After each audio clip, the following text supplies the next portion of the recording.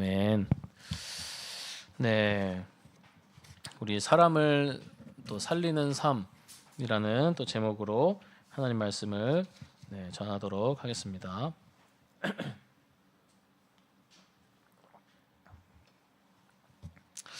네, 우리 쏜 화살같이 빠른 인생을 이제 살아오면서 또한 지난 세월을 이제 돌아보면서 우리는 이런 질문을 좀 던져볼 필요가 있는 것이죠. 내 인생에서 남긴 것이 좀 무엇이 있을까? 여러분들은 무엇을 남기셨습니까? 열심히 모아서 돈을 남기시기도 하겠죠. 네. 열심히 지식을 쌓아서 지식을 또 이렇게 또 남길 수 있는 것입니다. 그런데 물론 이제 좋은 것이지만 이제 지식과 또 이렇게 돈을 또 남기긴 했지만, 그러나 정작 소중한 사람들을 잃어버리거나 그렇게 그것을 남기는 것에 소홀했다면은 그것은 좀 참 안타까운 일이죠. 다른 거는 많은 것을 또 벌기도 하고 지식도 많이 스펙도 많이 쌓았지만 열심히 일해가지고 좋은 자리를 또 얻었지만, 그러나 소중한 사람들을 다 놓치고 이것을 차지하기 위해서 그냥 다 연락도 없고 아무것도 그냥 소홀히 여기고 그랬다면은 그것은 참 안타까운 일이죠. 그래서 우리 돈을 남기고 자신을 위한 여러 이익을 남길 수 있지만 우리에게 더 소중한 것이 있는 것입니다. 그것이 무엇이냐면은 바로 우리 사람인 것이죠. 그래서 돈을 남기고 이익을 남길 수 있지만 무엇보다 우리 사람을 남기는 것이, 살리는 것이 무엇보다 중요합니다. 사람의 마음을 얻는 것이 우리 중요한 것이죠. 그래서 오늘 본문을 통해서 우리 어떻게 하면은 사람을 남기는, 사람을 살리는 삶을 살 수 있을까? 우리 한번 살펴보도록 하겠습니다. 그래서 오늘 본문에서 이제 아브라함의 아들이죠. 이삭은 어떤 땅에서 농사를 해가지고 이제 100배의 수확을 얻었습니다.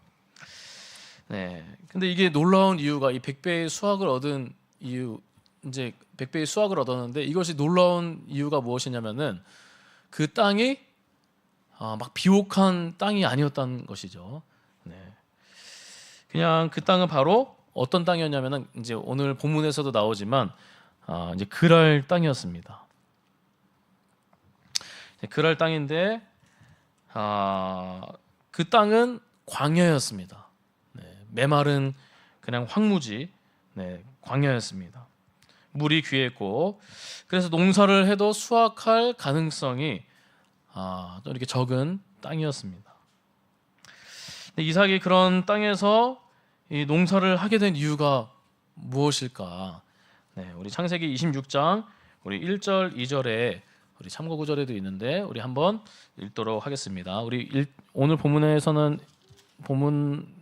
읽지 않았지만 우리 26장 1절, 2절을 참고 구절을 보면서 읽도록 하겠습니다. 시작. 아브라함 때 첫 흉년이 들었더니 그 땅에 또 흉년이 들매 이삭이 그랄로 가서 블레셋 왕 아비멜렉에게 이르렀더니 여호와께서 이삭에게 나타나시되 애굽으로 내려가지 말고 내가 내게 지시하는 땅에 거주하라. 아멘. 그래서 이삭이 머물고 있었던 곳이 어디였죠? 여기 이제 그 땅에 나오죠. 아브라함 때 첫 흉년이 들었더니 그 땅에 또 흉년이 들매. 그 땅이 어디냐면은 부엘라 헤로이라는 땅입니다. 부엘라 헤로이라는 그 땅에 이제 흉년이 들은 거예요. 그래서 흉년이 들어가지고 이삭은 어디로 내려갔냐면은 이제 그랄로 갔다는 것입니다. 근데 사실은 그랄이 목적지가 아니고 어디가 목적지였냐면은 애굽이 목적지였습니다. 그래서 이 아브라함도 마찬가지잖아요. 기근이 생겼을 때 애굽으로 좀 내려가는 일이 생겼잖아요. 그래서 결국 다시 하나님이 이렇게 다시 가나안 땅으로 가게 만드시죠. 근데 이렇게 애굽으로 내려가는 길이었는데 하나님께서 2절에 아까 읽었지만 2절에 이렇게 얘기하죠. 여호와께서 이삭에게 나타나 이르시되 애굽으로 내려가지 말고 내가 내게 지시한 땅에 거주하라. 네, 하나님이 그렇게 말씀을 하신 것입니다. 그래서 이제 26장 이제 6절에 보면은 이삭이 어디에 거주하라죠? 그랄에 거주하더니 이삭은 하나님 말씀에 그렇게 순종하여서 하나님이 지시한 땅에 포함된 그랄, 네, 하나님이 지시한 땅에 그 그랄도 포함되어 있어요. 거기 그 땅에 이제 거주한 것입니다. 그래서 이삭은 농사를 해도 수확할 가능성이 적은 그 광야 같은 그 땅에서 거주하면서 이제 농사를 한 것입니다. 네. 애굽으로 내려가진 않았죠. 네. 부엘라 헤로이에서 이제 그랄로 가게 된 것입니다. 그런데 이제 오늘 본문에서 12절에 이제 보면은 아까 우리가 오늘 본문이죠. 12절에 보면은 이삭이 그 땅에서 농사하여 그 해에 100배나 얻었고 여호와께서 복을 주심으로. 메마른 땅에서 농사를 하려면 여러분들 뭐가 필요합니까? 뭐가 필요하죠? 그렇죠. 물이 필요합니다. 그래서 물이 필요한데 우물이 필요한 것이죠. 땅을 파서 샘을 얻어야 합니다. 자, 이삭이 우물을 어떻게 얻었겠습니까? 이 메마른 땅에서 우물을 파는 것은 결코 쉽지 않은 일입니다. 이 아프리카나 이제 그런 곳에서 이게 우물 하나를 파면은 그게 마을이 되는 것이죠. 마을이 생기는 것입니다. 어떤 곳은 근데 해서 막 우물을 이제 서울광역교회에서도 이게 우물 파는 그런 프로젝트들이 있어요. 근데 이 우물을 하나 파드리면은 얼마나 그 기뻐하는지 모릅니다. 근데 어떨 때는 이제 우물을 파는데 그 우물이 수백만 원의 그런 돈을 들여도 우물이 나오지 않는 거예요. 네. 쉽지가 않은 것입니다. 막 여러 곳을 돌아다니면서 이렇게 알아보고 조사하고 연구하면서 그러면서 이제 또 땅을 또 파는데 그런데도 우물이 안 나오는 경우가 있어요. 네. 이게 쉽지가 않은 것이죠.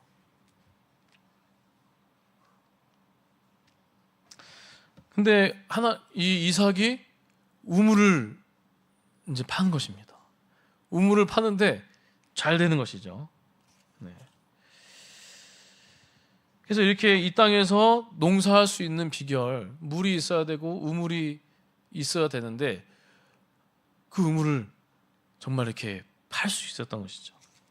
이렇게 농사할 수 있었던 비결이 무엇이냐? 우리 12절에 보면은 이삭이 그 땅에서 농사하여 그 해에 100배나 얻었고 여호와께서 복을 주심으로. 네. 이유는 무엇이냐면 하나님께서 이삭에게 복을 주셨기 때문에.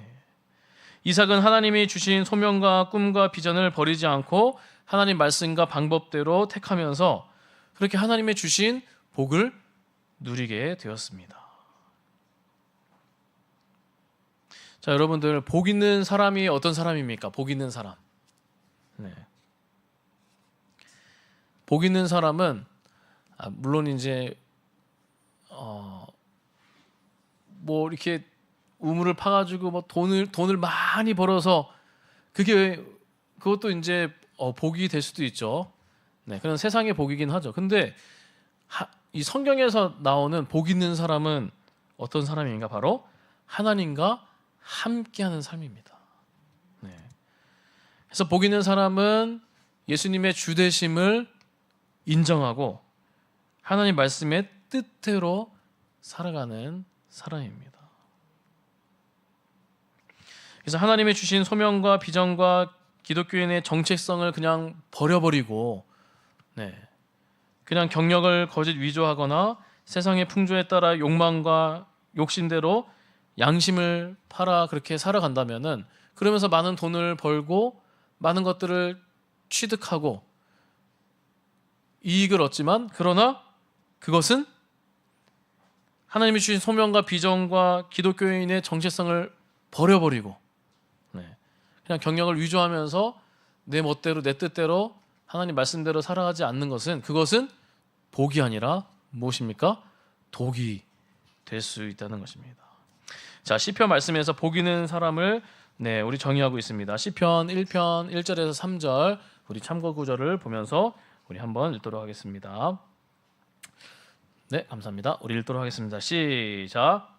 복 있는 사람은 악인들의 꾀를 따르지 아니하며 죄인들의 길에 서지 아니하며 오만한 자들의 자리에 앉지 아니하고 오직 여호와의 율법을 즐거워하여 그의 율법을 주야로 묵상하노도다. 그는 시냇가에 심은 나무가 철을 따라 열매를 맺으며 그 잎사귀가 마르지 아니함 같으니 그가 하는 모든 일이 다 형통하리로다. 아멘. 한마디로 복 있는 사람은 무엇이죠? 죄인들의 길에 서지 아니하고 오직 하나님 말씀을 즐거워하고 그의 율법을 주야로 묵상하는 사람입니다. 하나님과 함께하는 삶입니다. 성경 말씀과 하나님 말씀과 함께하는 삶, 예배하는 삶, 하나님과 동행하는 삶. 그 사람이 복이 있는 사람입니다.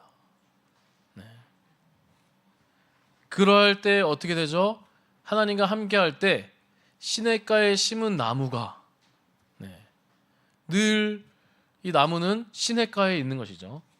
그럴 때 어떻게 됩니까? 철을 따라 열매를 맺고 그 잎사귀가 마르지 아니한 같으니. 이게 이제 영적인 의미로는 그 잎사귀가 마르지 않는다. 그러니까 우리가 영적으로 메마르지 않는다는 것입니다. 영적 침체가 오지 않는다는 것이죠. 하나님과 동행하는 사람은, 하나님의 말씀에 붙들려 사는 사람은 늘 철을 따라 열매를 맺고 그 잎사귀가 메마르지 않는다. 영적인 복 또 육적인 복도 하나님이 부어주신다는 사실입니다. 모든 일이 다 형통하다는 것입니다.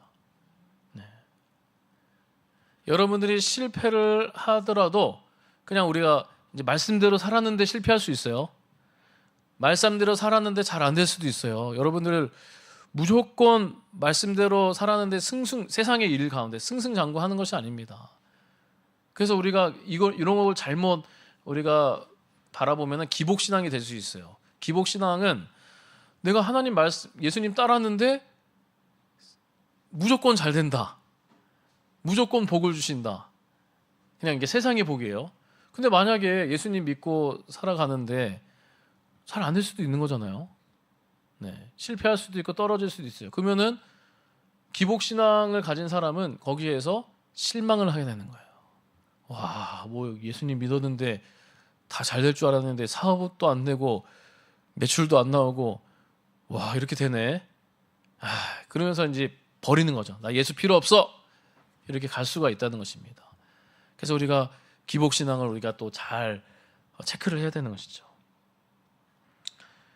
근데 우리에게 주신 이 하나님은 모든 것이 형통하다는 것은 요셉과 같이 감옥에 들어갈 때도 잘 안 될 때도 형들에게 노예로 팔아갈 때도 성경에는 요셉은 형통하다.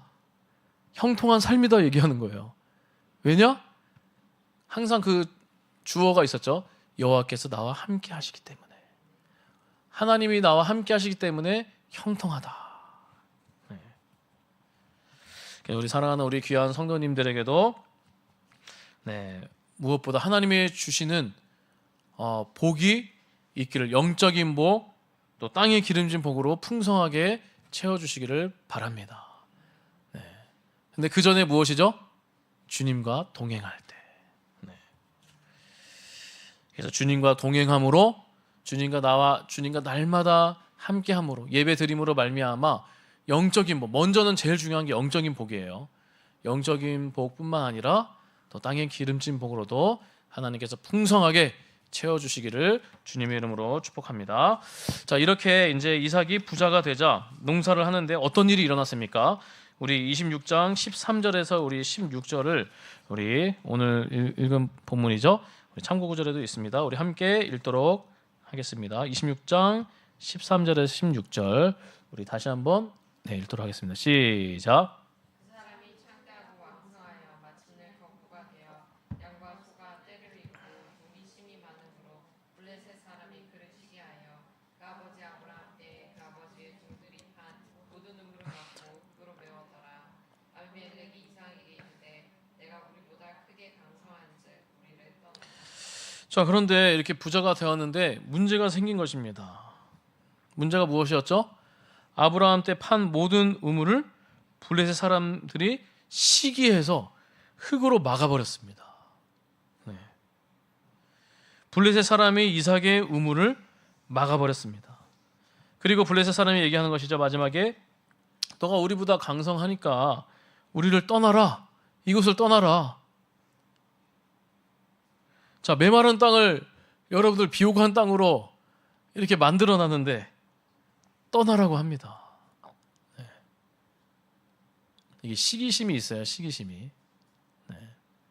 어쨌든 시기심에 대해서는 제가 다음에 나중에 한번 말씀드리고, 어쨌든 이렇게 비옥하게 만들어 놨는데 이 메마른 광야였잖아요.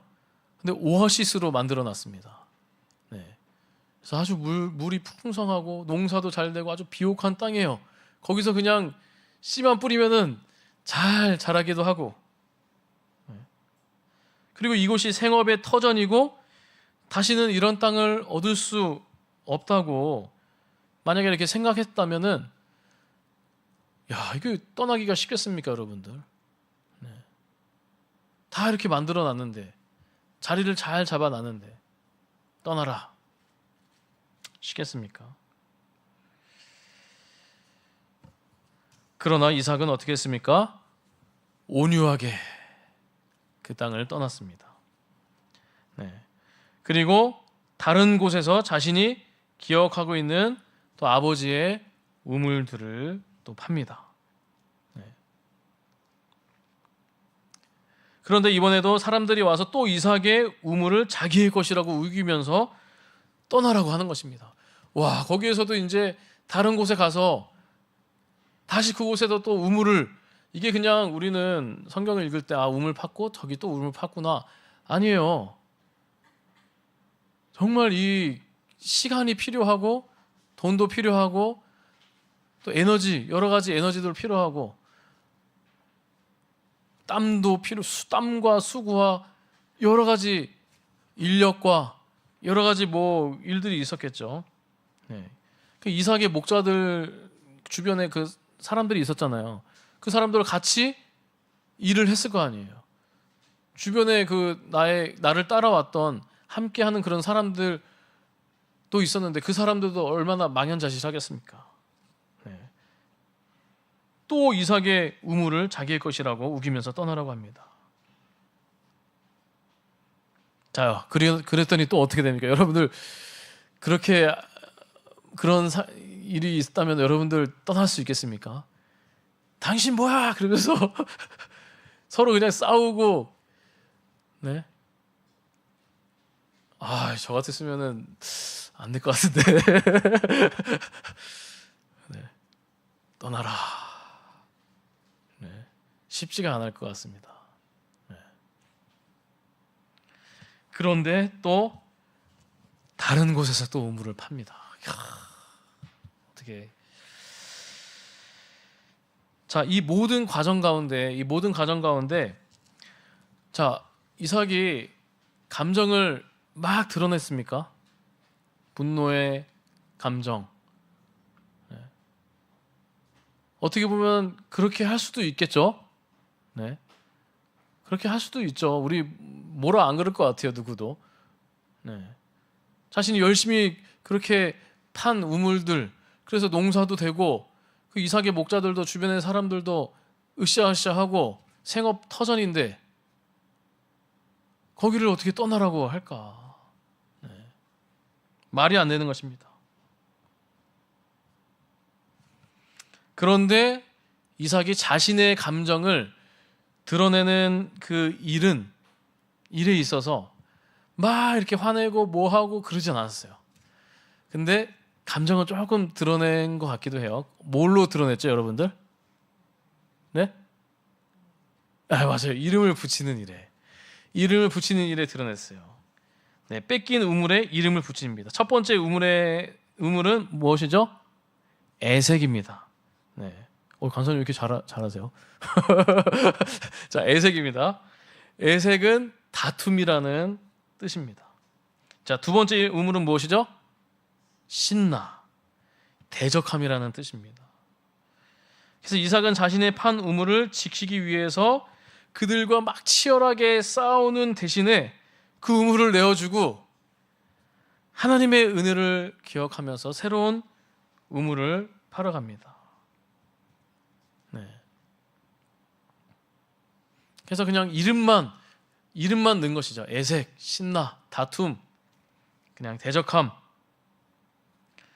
근데 마침내 또 이제 우물을 팠는데 그때는 이제 다툼이 없어요. 네. 그 우물을 무엇이라고 했습니까, 여러분들?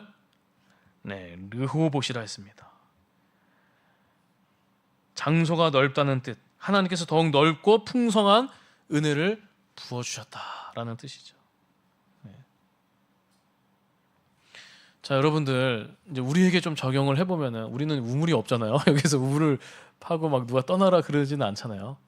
자, 우리는 어떤 것들이 있을까요? 네. 우리의 삶에서 많은 것들이 관계에서도 있고, 네. 뭐 직장 안에서도 자리 이제 같은 경우들이 참 많이 있어요. 저도 많이 들어보면은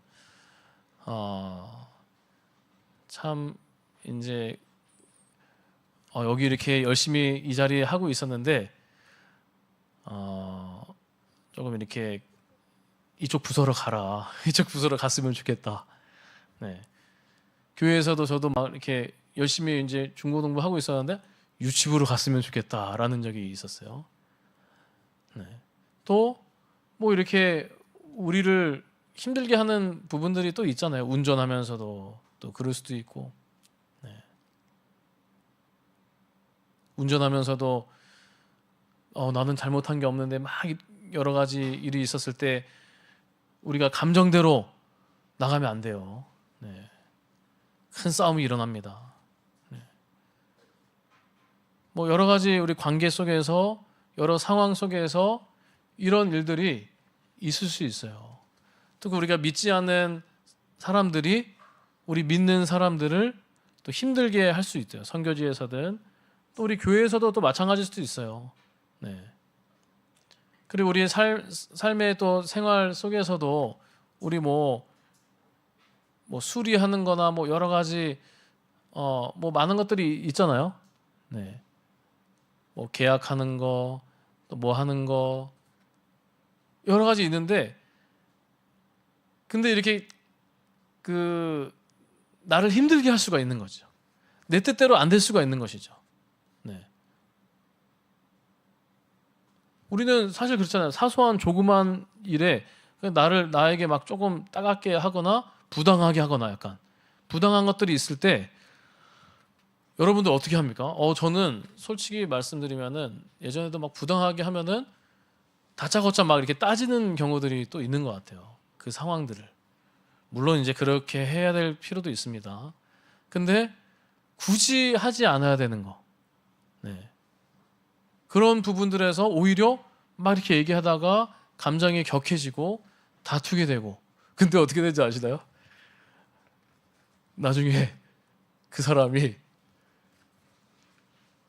이 서울광역교회였나 교인으로 오시더라고요. 이렇게 오시는 경우들이 있어요. 이렇게 막 이렇게 빵빵빵 막 이렇게 하는데 그분이 성도일 수가 있다는 것이죠. 우리 직장의 동료일 수도 있어요. 직장의 상사일 수도 있고. 어찌됐든 네, 이삭은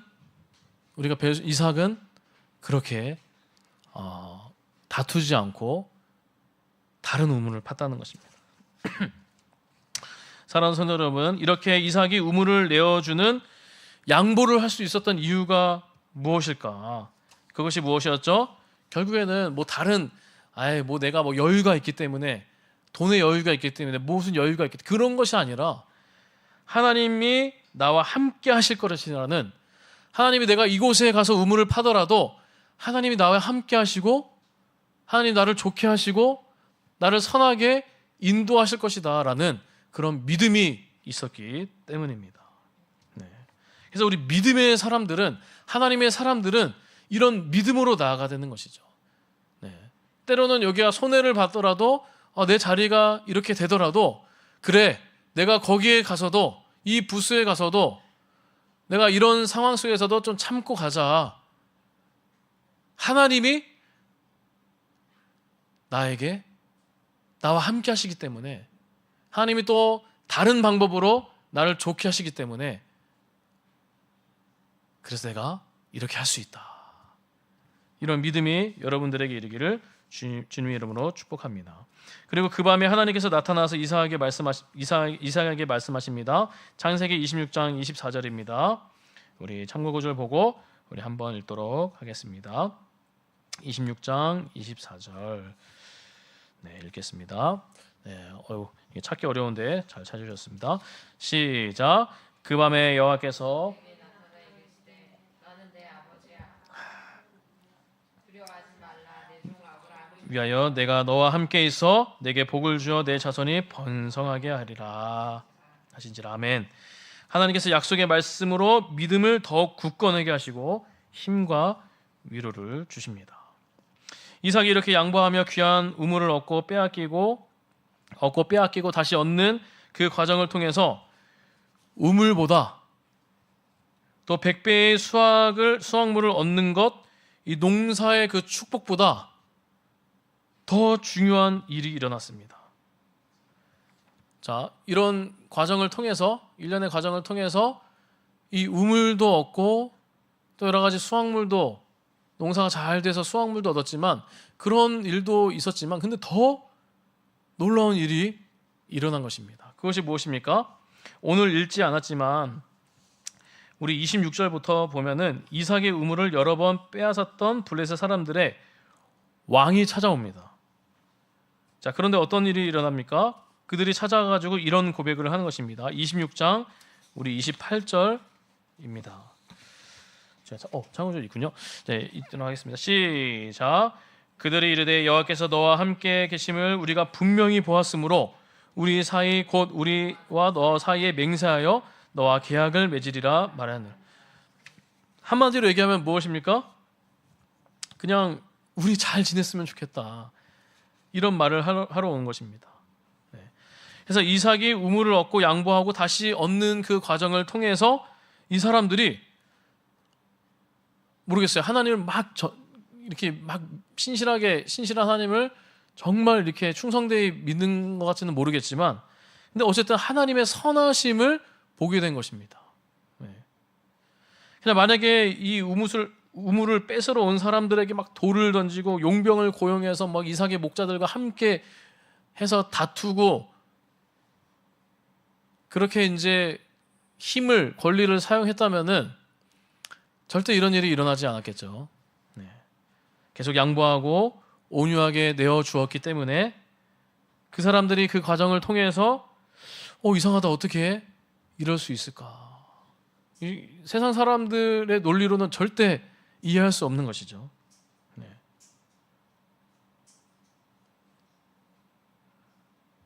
그런데 이삭과 함께 하시는 그 하나님을 알게 된 것입니다. 네. 이런 감정 다스리는 것, 이런 것들도 이제 어떻게 이렇게 할 수 있을까? 이것도 있지만, 근데 이 사람이 이렇게 가면서 또 하나님의 놀라운 은혜를 이렇게 맛보는 것을 봤을 때, 다르다는 것이죠. 네. 하나님의 선하심을 보게 된다는 것입니다. 하나님이 함께 하시면 어떤 일이 일어났는지 분명히 보고 알게 되는 것입니다. 네. 이것이 더 중요한 결실이었다는 것이죠. 네. 이삭은 우물을 얻어서 농사를 했고 그 결과 많은 이익을 얻었습니다. 그러나 그것이 전부가 아니었습니다. 우물을 얻고 그 우물을 사람들에게 양보하고 또다시 새로운 우물을 파는 그 일련의 과정들을 통해서 사람들에게 하나님을 보여준 것입니다. 하나님의 선하심을 분명하게 알게 된 것입니다. 아마도 이삭의 목자들도 같은 마음이었겠죠. 네. 사랑하는 성도 여러분, 이런 결실이 여러분들의 인생에 있기를 주님의 이름으로 축복합니다. 네. 여러분이 하는 농사의 100배의 수확이 있기를 축복합니다. 여러분이 하는 농사에 좋은 결과가 있기를 축복합니다.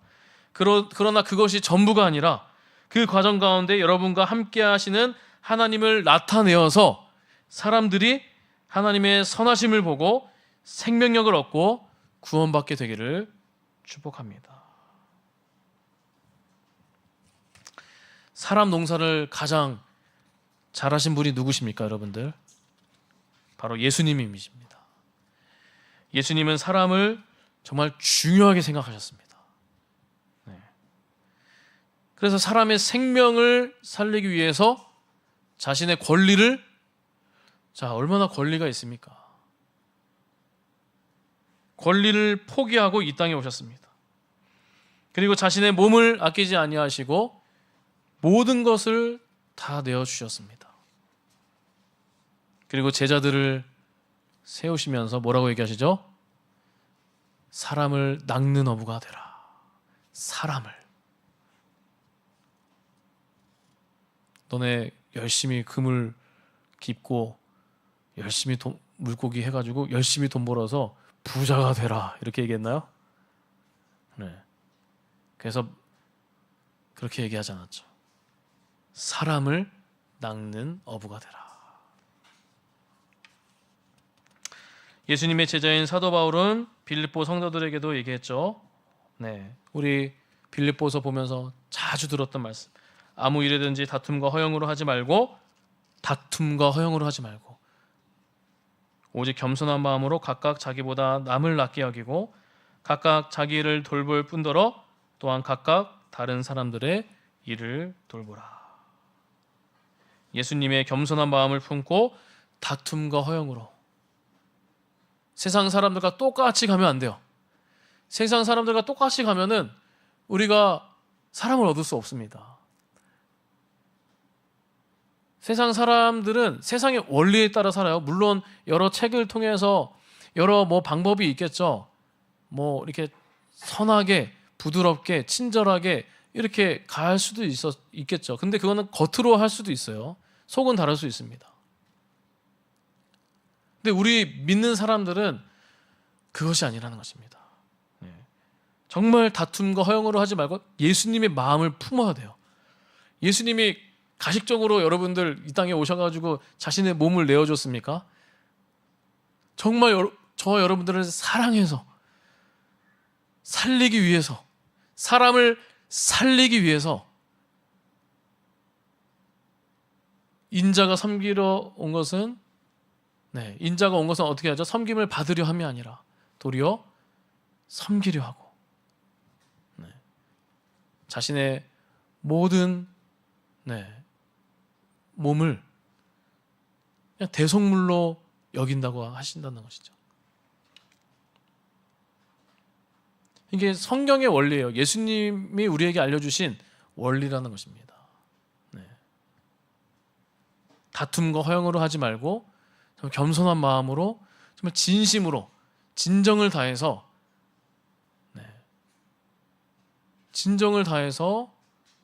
누군가를 살리기 위해서 우리가 힘을 써야 되는 것입니다. 근데 믿는 사람 가운데서도 잘할 수 있죠. 근데 이 세상에 나가서 세상 사람들과 때로는 이 부득이할 수도 있어요. 그래서 저도 이제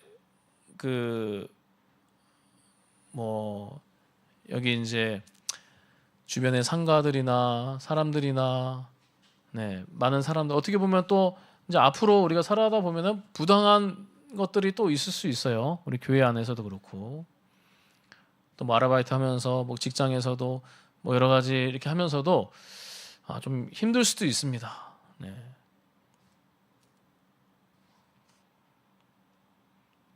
그러나 그럼에도 불구하고 우리가 오늘 주신 그 말씀을 우리 또 기억하면서 하나님이 그 상황 가운데 감정대로, 그냥 세상의 원리대로, 세상의 뜻대로 그렇게 막 화내면서 따지고 원망과 시비로 서운함으로 나가는 것이 아니라, 물론 그런 마음이 생길 수도 있겠죠. 그렇지만 오늘 우리는 성경의 원리를 따라, 그래, 좀 더 부드럽게 얘기하자. 전화통화상에 이 사람이 하나님의 선하심을 맛볼 수 있도록, 만약에 내가 부드럽게 잘 얘기했어요. 근데 이분이 나중에 전도지를 받을 수도 있어요. 저 사람 교회에 올 수도 있죠. 저 사람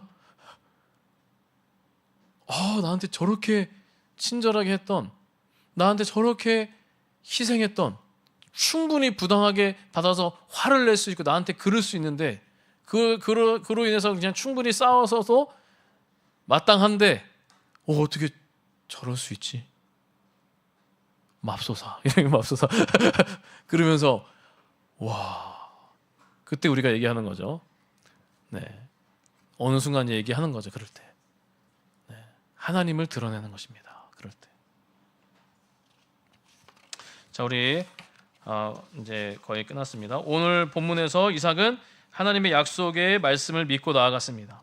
자신의 소중한 소유인 우물을 빼앗기더라도 몇 번이나 다투지 않고 양보할 수 있었던 이유는 하나님께서 이제껏 나에게 큰 복을 주셨고 앞으로도 나와 함께 하시고 은혜를 베풀어 주신다는 믿음이 있었기 때문입니다. 그 결과 르호봇이라는 더 넓은 우물을 얻었을 뿐만 아니라 그런 과정을 통해서 이삭의 목자들도 블레셋 사람들에게도 하나님의 선하심을 보여주는 결실을 얻게 된 것입니다. 이처럼 하나님의 사람들은 큰 그림을 보는 것이 필요해요. 큰 그림. 우리 요거 하나만 보고 이때 이익을 취하기 위해서 여기서 막 감정 싸움 할 필요가 없는 것이죠. 큰 그림을 봐야 돼요. 아까 전에 말씀 하나님의 원리를 아는 것입니다. 은혜를 기억하고 은혜를 베풀면 은혜를 받는 원리입니다. 다시 한번 따라해. 은혜를 기억하고 은혜를 베풀면 은혜를 받는 원리. 예전에 조 목사님의 칼럼이었나 그 글을 제가 본 적이 있었는데 그때 이런 글들이 있었어요. 제가 카톡에도 이렇게 했는데 내가 누군가에게 베푼 은혜는 바닷가 모래 위에 쓰라. 내가 누군가에게 받은 은혜는 받은 은혜요. 내가 누군가에게 베푼 은혜는 바닷가의 모래 위에 써라. 내가 누군가에게 받은 은혜는 메모장에 써라. 그리고 마지막 내가 하나님께 받은 은혜는 어디죠? 마음판에 써라. 그래서 하나님께서 은혜를 받은 그 은혜를 우리에게 주신 은혜가 있잖아요. 마음판에 새기는 거예요. 네.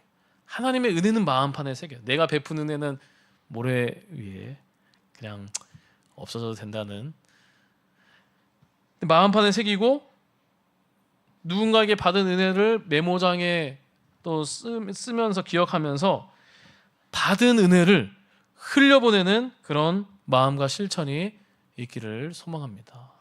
네. 은혜를 베푸는 순간이 올 때